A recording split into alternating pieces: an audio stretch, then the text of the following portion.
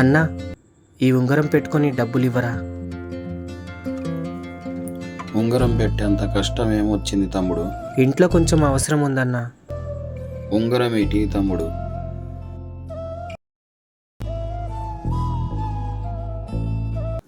ఈ ఉంగరానికి వస్తే 6,000 వస్తాయి తమ్ముడు. 6,000?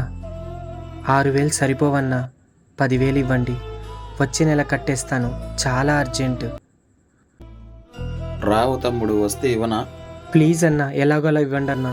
సరే తమ్ముడు, మహేష్ చెప్పాడు కాబట్టి ఇస్తాను.